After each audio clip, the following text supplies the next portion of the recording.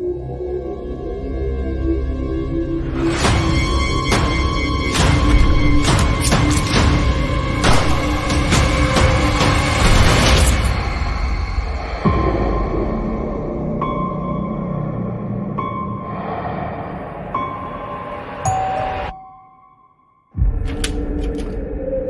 John, thank God. Williams, what the hell are you doing here?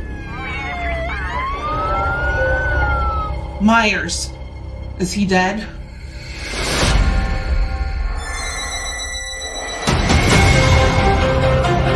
Myers has zero emotion. He has no motives. If he sees, he kills.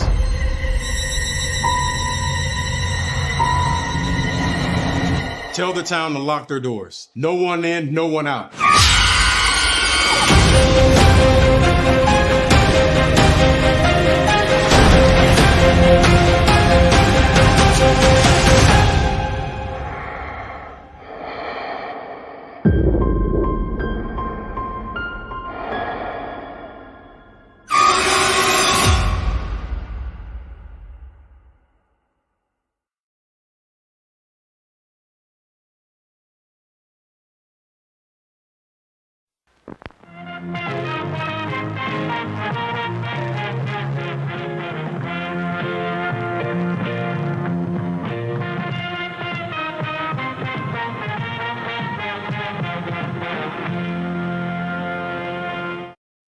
What is going on, everybody? Happy Friday afternoon or evening to you across the Multiverse of Media, the Jeff Meacham Network, Multiverse of Media to be precise. There it is.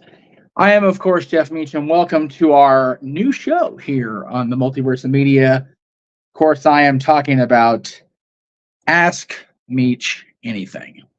Now, you'll notice at the bottom I do have some other topics to dive into as we go along here. And what's going to be a brief show. I've got about a half-hour window today before I get to go home and do the dinner thing with the family and go my butt to bed because Lord knows tomorrow's going to be a big day. SummerSlam, of course, that looks like shit. On the horizon, SummerSlam will be tomorrow in this time slot, 6 p.m. Eastern, 3 Pacific, but of course that'll be along the entirety of the multiverse and on Peacock and the WWE Network around the world as the biggest event of the summer for WWE goes live from the Cleveland Brown Stadium out in Ohio. So that is what is going on tomorrow. But I figured we go ahead and do our thing today. So we thank everybody that actually was decent enough to contribute to today's cause. We'll go ahead and get those questions answered here right off the top. And I do want to go in the order in which they came. So, Cape Rare, I see your question. We will get to that after I get to the questions I already received prior to. Anyway, let me just. This shot will just not stay put, and I don't understand why, but it's very upsetting. I think it's because I have it on the cord. That's okay. It's just going to be one of those days, as it does around here. All right, so Big Baller G, Jeff Hiddle sent in a couple of questions for Ask Meach Anything, and I am scrolling along here, slow but sure. There we go. First question was on Twitter. Big Baller G said, ask me what my thoughts so far on this Triple H era of WWE, what a lot of people are calling the Renaissance era in WWE, especially one WWE champion, Cody Rhodes. I, as ever, I have to be honest with the folks at home and state that shit's sitting there is why it's off balance. That would be why. That's a big reason why. So I unfortunately have not had the opportunity to watch a whole lot of WWE television since WrestleMania, despite being part of the programming here in the multiverse and despite conducting watch-alongs of everything in between. But what I have seen, I have thoroughly enjoyed. There's definitely a different air when you watch these shows, when you see the superstars of WWE in the media, when you see them interacting with people. It definitely seems like a weight has been lifted. And no, I'm not specifically trying to harp on the old man, because that's not, that could be part of it. But I will say that the creative direction definitely seems to have, maybe not exactly a perfect steering, but it's definitely feeling like it's not just for an audience of one, because you've heard it said over the years many, many times that the WWE writers, the creative team, the producers, the superstars really all had to kind of cater to the whim of an audience of one, that being Vince McMahon, because he ultimately had the final say in what went across the product. It doesn't feel that way anymore. It doesn't feel like everybody's trying to make sure that Triple H or whoever is pacified by what's going on. And I really think that's a great thing. Also, this whatever is this relationship between WWE and TNA is very much is indicative of this new era. You wouldn't have seen that under Vince McMahon, at least not from my perspective. So I love it, and I'm looking forward to the continuation of it. We have another Big Four tomorrow with SummerSlam. SummerSlam tends to be another one of those. Eric Bischoff calls them tentpole events. I know it's not a Bischoff term; that's where I've heard it. So there is much speculation about what's to happen tomorrow. Will we see Roman Reigns? What will become of this Rhea and Liv storyline? What will happen with the World Heavyweight Championship? Will Money in the Bank be cashed in on the women's side of things? There's so much in the air for tomorrow. I'm looking forward to watching it. I'm looking forward to directing the watch along. I'm looking forward to open mic night tomorrow. A lot of stuff to talk about on open mic night, and that's always a good thing. Positive or negative news, as long as we have something to sink our teeth into open mic night, I'm a happy boy. Big Lodgy also asked what I think AEW needs to do to get back to where they were in 2019, as far as I'm guessing, I'm assuming here, G, being that viable competition to WWE. So here's the deal. I'm not going to, keep beating on a dead horse here, but there needs to be delegation of tasks within AEW. Again, this is strictly from an outsider's, a fan's perspective. Take it for what you will, however big a grain of salt you want to consider it. But it is the perception of the viewing audience, this viewing audience, that the management in AEW has allowed itself to be overtasked. There's not enough cooks in that kitchen as opposed to too many cooks. And it really feels like for the longest time there was a lack of direction, a complete sense of chaos. Going into All In, it seems like maybe things are starting to the rudder has been righted. We've got Swerve and Bryan now, Tyler versus Career.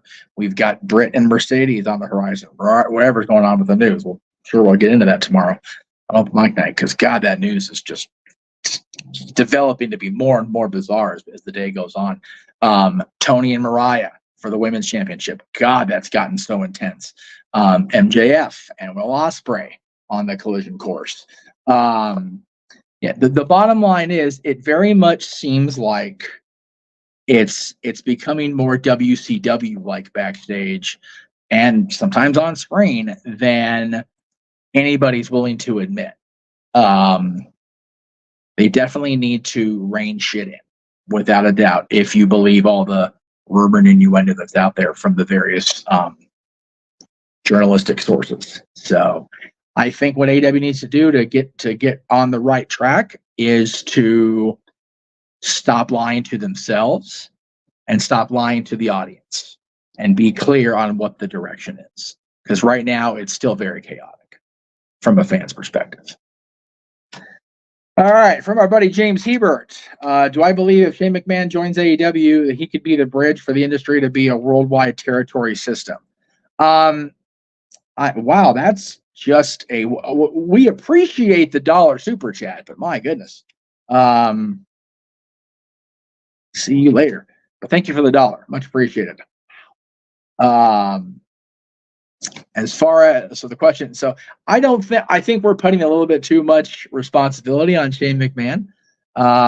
His meeting with Tony Khan is major. There is no doubt about it. But I don't know if he can be the one who ends up being the catalyst for that level of change. And I don't know if we're going to have the entire industry, maybe not revert, but evolve into a new version of the territory system. I will say that the opening of a relationship between WWE and TNA definitely seems like there's going to be more crossover talent, which maybe that's what James means. I'm all for that. I am very much for seeing these talents cross over into other companies. It's been a delight to see Joe Hendry appear any show, anytime, anywhere, even on the Greg Cherry show 2 nights ago. That was very cool to see Joe Hendry and his cameo on the Greg Cherry show. We thank our friends for that again. Super cool moment on the Greg Cherry show for his 200th episode. We had Joe Hendry on in the cameo at the end of our show last year. So end of year show last year, excuse me. So very cool to see that. But Shane McMahon joining AEW will definitely be a headline-making moment. It just depends how far it goes from here. I want to see it go as far as it will. Some people want to see him wrestle and, be a title holder and, be a big presence. I can't disagree with him being a presence. I don't know if him being a champion in 2024 is the way to go, but some people are going to fight me on that to the bitter end, and I applaud their convictions and their opinions, because that's what it's all about. You gotta be true to you and believe in what you believe. I believe in Joe Hendry, for example. So there you go. James' other question was, what are my thoughts on the series The Boys? Have you ever watched it? I've not. I know it's on Prime Video, and it's based on a comic book series. It's a great cast. There's a lot of cool people in the cast that I am fond of. More especially Carl Urban from the 2009 Kelvin timeline Star Trek. Jack Quaid is in it. I'm looking through the cast here. I'm literally looking at this right now, so forgive me. It's a pretty solid cast, and if the opportunity provides itself, James, I will say that I will try to get into it. I know, and Steve, that's part of the thing, is that I try very hard to stay away from stuff that gets overly political, which is why I kind of turned away from Last Man Standing toward the end of its run. Agree with who you want to agree, disagree with who you want to disagree with. I just feel like television is supposed to be an escape, like sitcoms. Scripted television is supposed to be a escape from that kind of stuff. So that's it's not my cup of tea, or in this case, bottle of dew. So, but I will give it an opportunity if people feel it is worth being given that opportunity. All right, Kate Brayer, you are up, brother. What was the better SummerSlam match, Brett versus Perfect or Shawn versus Razor? SummerSlam wise, it will always be Bret Hart versus Mr. Perfect for me. It was my first SummerSlam I got to see as a fan. It was the first Intercontinental Championship match I saw at a SummerSlam, and Bret and Kurt just did things that Kurt shouldn't be able to do, first of all, because of his back and how beat up he was, right? But man, Shawn versus Razor, ladder match number 2 at SummerSlam 95. I know it was a personal favorite of our buddy Greg Cherry, who was at that SummerSlam. He will be at SummerSlam tomorrow night as well, along with many of our friends. So we wish everybody a safe and fun time in Cleveland for SummerSlam. And if you're going to Rock Hall of Fame or anywhere in the area, please enjoy yourself, stay safe, and get back to wherever you reside safely, so we can have you guys on the shows down the line and get a first-hand perspective. Very, very cool. But yeah, for me, it's definitely going to always be Brett versus Perfect, and that's a personal bias because it was my first SummerSlam I got to see as a fan. Emmanuel says, "What is my favorite underrated SummerSlam moment?" Mine is the Love 'Em or Leave 'Em match between Shane McMahon and Test. That's a good one. People don't talk about that. SummerSlam '99 was so packed with Attitude Era stuff, and that match kind of like falls below the radar. Like you don't really talk about that match a whole lot, mainly because the Test Stephanie thing kind of petered out. And then, of course, we got Triple H and Stephanie. And here we are 25 years later. Isn't that crazy that story was 25 years ago that ultimately led to the evolving of the Stephanie McMahon character into the $1 billion princess? Man, it's stuff like that and stuff like yesterday, which I'll get into momentarily, that just makes me feel so old. It's 25 years is a very long time. People just, oh yeah, blink of an eye. It has felt like a blink of an eye. I'll be honest with you. But at the same time, you go back, it's like, that's more than my kid's lifetime. I was still in high school. I hadn't had my accident yet. That was like, it's just, when you put things in different perspectives, your brain just about it. The reason I say yesterday, not only did I go to Universal Studios, and I will show you the guys the pictures. I promised everybody on my personal Facebook the pictures this morning, and I had a little bit of a lay-in, so we'll get to that later for you folks on my personal Facebook. But on the train ride home yesterday, I had the opportunity to see a conductor who Dylan and I have been acquainted with I'm going off shot here, for many years. And she's seen Dylan grow up, and she's been in and out of our line going over like San Bernardino and whatnot. So she hasn't seen him a whole lot. So I showed her pictures of myself and Dylan and my dad at the Dodgers game last month at the El Capitan, 2 months ago now, and at the El Capitan last month. And she couldn't believe it. It was crazy. But yes, yesterday I had the wonderful opportunity, thanks to my dear friends who are one of whom is on cast at Universal Studios Hollywood, that I got to go to the park. So I want to thank them again. I did thank them again. I'm not going to thank them here because I don't want to get them in trouble necessarily. But I had a wonderful experience. And yes, happy SummerSlam Eve, everyone, before I get into, I never did answer Manuel's question. My favorite kind of underrated, overlooked SummerSlam match. Yeah, I mean that one's hard to argue with. It doesn't get enough love for me. Shane versus Test, but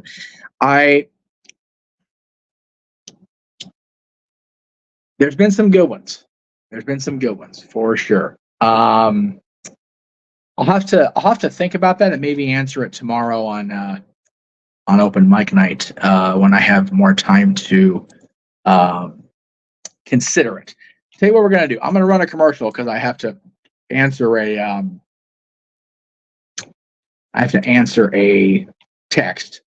So here is what's coming up starting tomorrow. As far as our watch-alongs here along the Jeff Meach Network, Multiverse of Media. 3, 2, 1.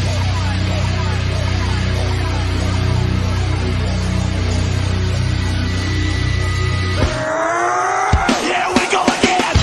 Right now, let's go. Me and you, toe to toe.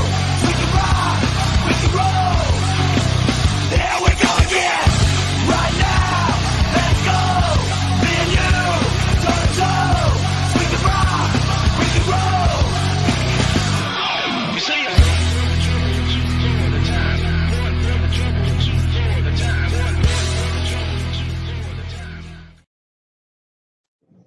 All right, so there you go. Sorry, I know. People don't understand when I say I'm live, I mean it. Like, it's bothersome. Anyway, that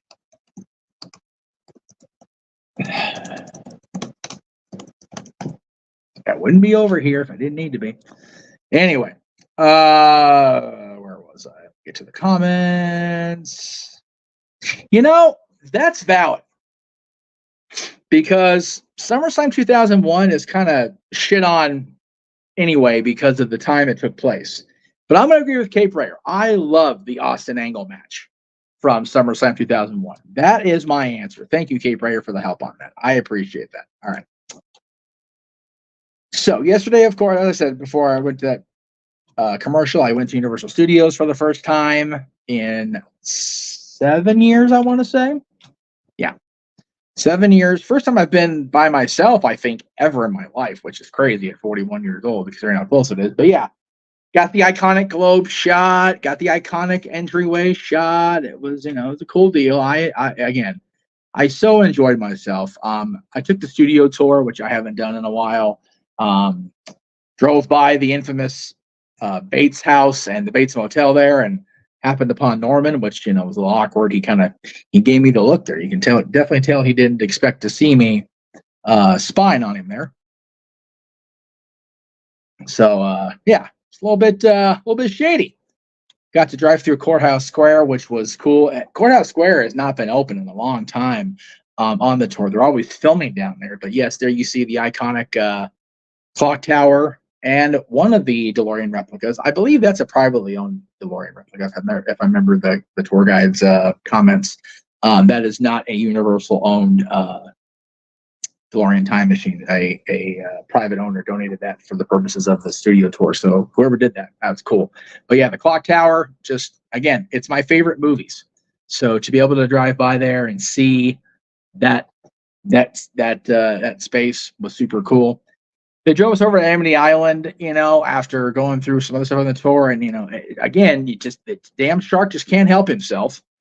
Tried to attack us on the tram. Just awful.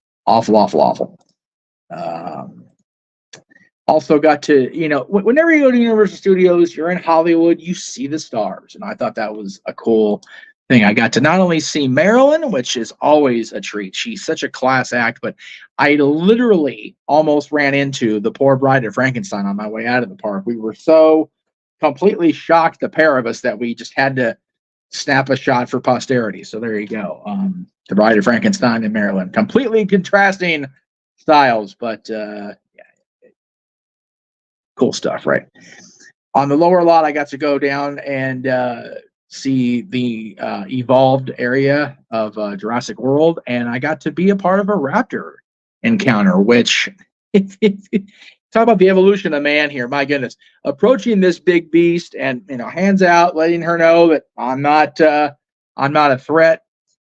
There's definite fright in my face, and for everybody at home, I know it's not really a dinosaur. I get it. It's movie magic, right? But yeah, it was cool. It's really neat to me that they set this up down there in the lower lot of Universal, and you can encounter a Velociraptor. I was first in line. I happened to be walking by. I'm like, yeah, I got time. So I sat down and waited, and got to interact with Blue and do the no, did not get to go to the Monster Mash. We'll have our own Monster Mash at the end of the year. We'll run that trailer before we go. And yes, Marilyn is always cute as a butt. I saw Marilyn last time I saw her when Dylan and I went in 2017. She was right outside the studio tour entrance. So that was cool to see her there. JJ is here. He's on lunch. So good to see JJ coming out. I'm actually talking about my Universal trip yesterday, JJ. So I'm glad you're here. I showed everybody the shots at the Globe and the entryway at the Bates House and Motel and Courthouse Square at Amity Island. And I just got finished talking about encountering Marilyn and literally almost running over the poor Bride of Frankenstein before I showed him my pictures of the raptor encounter. Now, everybody that's anybody knows, I've been talking about this for what feels like forever. I did go to Universal this week strictly because the original, the A car, the hero car, the DeLorean time machine was back at home from its current recent loan to the Peterson Museum in LA. So I had to come see her when she was home. Look, it's just, for me, it's one of those things. I'd not seen the car in so long in person, the original car. So to be able to, get all these, pictures, and I tried to do video, it just didn't work. But yeah, the flux capacitor, the time circuits, the exterior, and then man, talk about a hero shot. And the reason I'm posed like this, folks, exactly like this, is because 33 years ago, when I posed with the car, I was posed like that. Now, in the picture in 1991, I have a pencil in my hand from when I was writing in my notebook that's in my left hand.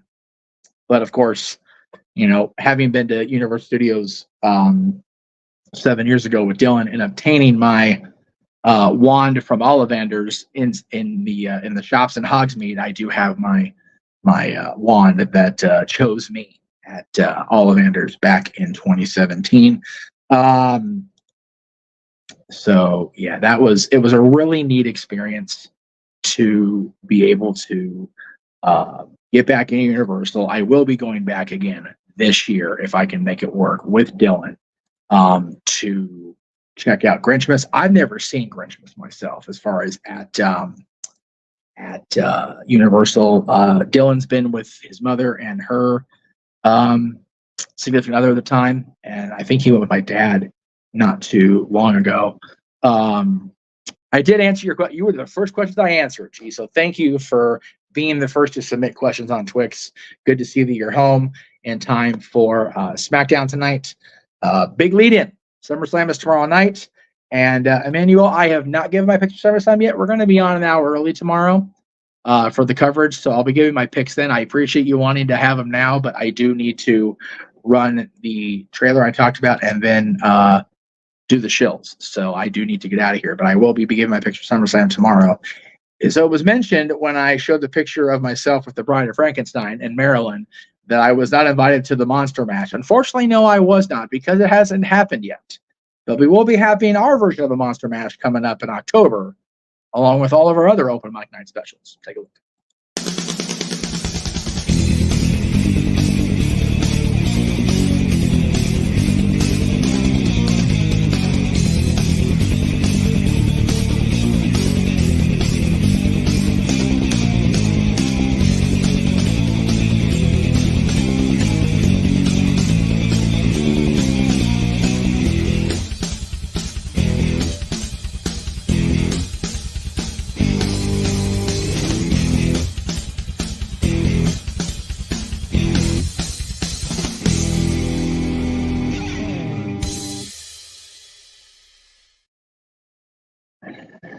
There you go, folks. That is everything that we have. We have the entire year already for next year, open mic night, one a month. I'm here for it. So excited. Yeah, the Wheel of Misfortune coming up in the summer of next year. That was strictly for Greg Cherry. But we're definitely going to be doing that. So check it out when we come up. And again, Scarioki, October. That'll be our Monster Mash. So stay tuned for that. Did the graphics? Oh, they did upload. They're just not showing up for some reason. Here, let me do this since I can still be over here and do the thing anyway. Oh, they're right here. I'm silly. Don't mind me. So again, tomorrow, of course, we'll have our coverage of Bueller. Am I on? Hello? What are we doing here? Why aren't these loading? Technology is not happy. Try this again. I think I know why. They're in the background. I put them in the background. Okay, that's why. All right. See, I didn't fail technology, or technology didn't fail me. I failed technology today. So there you go. That's exactly what happened there. Tech bug. Anyway. So again, tomorrow, of course, we will be going live at 6 p.m. Eastern. There it is. There we go. With our coverage of SummerSlam 2024. Again, it's always cool to be able to have a watch along with the coverage that only WWE can pull off, as they do every month and every show, really, it feels like, with their pre-live events. And of course, then we'll be live immediately after that, or close to it, hopefully around 11 o'clock Eastern, 8 Pacific, with our post SummerSlam edition of Open Mic Night. Definitely a lot to talk about. My goodness. Has the news reels and the news rumor mills been a churning today? And apparently yesterday, I go to Universal Studios and the shit hits the fan. I go off, and again, thank you, Eddie. Thank you, Eddie. Again, always appreciate the daily 5, Eddie. Thank you, sir. There it is. I clicked the right one. Yeah, I meet the Bride of Frankenstein the same day that PCO and Septalander happen, and she dresses like the bride. There you go. See? The world, the universe, the multiverse is ever connected, my friends. Crazy, crazy day. Not gonna lie, kind of mad. Not for Vancouver. Happy for Vancouver. But I was hearing that Survivor Series was going to be here in LA at the Intuit Dome, the new home of the Clippers, and it's not. So if they bring the Royal Rumble to LA next year, I know Vegas is going to have WrestleMania. We talked about this today. I did off air about too many things close by. But if they bring the Rumble to they already announced it's going to be elsewhere. I forgot they already announced the Rumble for next year. Well, whatever show they try to bring here, I will attempt to go. But I would really like to see a Royal Rumble before I cash my chips, if you will, because it's the only big four I haven't seen is the Royal Rumble. So anyway, yes, tomorrow, big day, starting at 6 p.m. Eastern, SummerSlam. Our coverage will begin. Noah Foster will not be, again, part of our coverage of SummerSlam because he's going again. So we've lost Noah for the third year in a row. But we'll have our commentary team across the board. We will get everything straightened out before tomorrow night. And we will have our coverage of the biggest event of WWE for the summer. This is valid, Jay. This is 100% valid. But hey, if Survivor Series doesn't go well, y'all don't riot up there in Vancouver, you crazy mother Canuckers. Anyway, that was me. Open Mic Night tomorrow night after SummerSlam. Again, a lot of talk about between the Olympics and SummerSlam itself, and apparently more AEW good news with big name talent. Oh, it's been a week as usual here in the multiverse, but I'm so glad I got to be away from it for a day. It was wonderful. I didn't have my phone on hardly at all, except when I appeared for the Impact Watch Long. It was wonderful. I definitely need to take more days like that. We're just like, nope, not gonna give a shit today. It was delightful. So yeah, they're doing a 3-hour thing tomorrow. We're not doing that shit. We're starting at 6/3. There's no need to be on that friggin' long. I'll give my predictions for SummerSlam during our pre-show, but God, a 3-hour kickoff on top of the kickoff they're having today. Jesus Christ, you talk about us overloading content. They are going bad shit. There you go. Boom. There it is right there.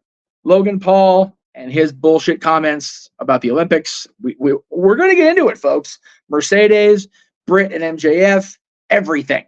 It is going to be very likely back to one of those 4-hour open mic nights where we just get into the nitty-gritty of it because there's been some gritty shit going on. So we thank JJ for the update. We'll see you tomorrow. Until then, have a wonderful rest of your Friday night. Thank you for joining me for the debut of Ask Meach Anything. And this has been a presentation of the Jeff Meacham Network, Multiverse of Media. The Jeff Meacham Network's Multiverse of Media. For over 15 years, the recognized symbol of excellence and the standard bearer in coverage of sports and entertainment.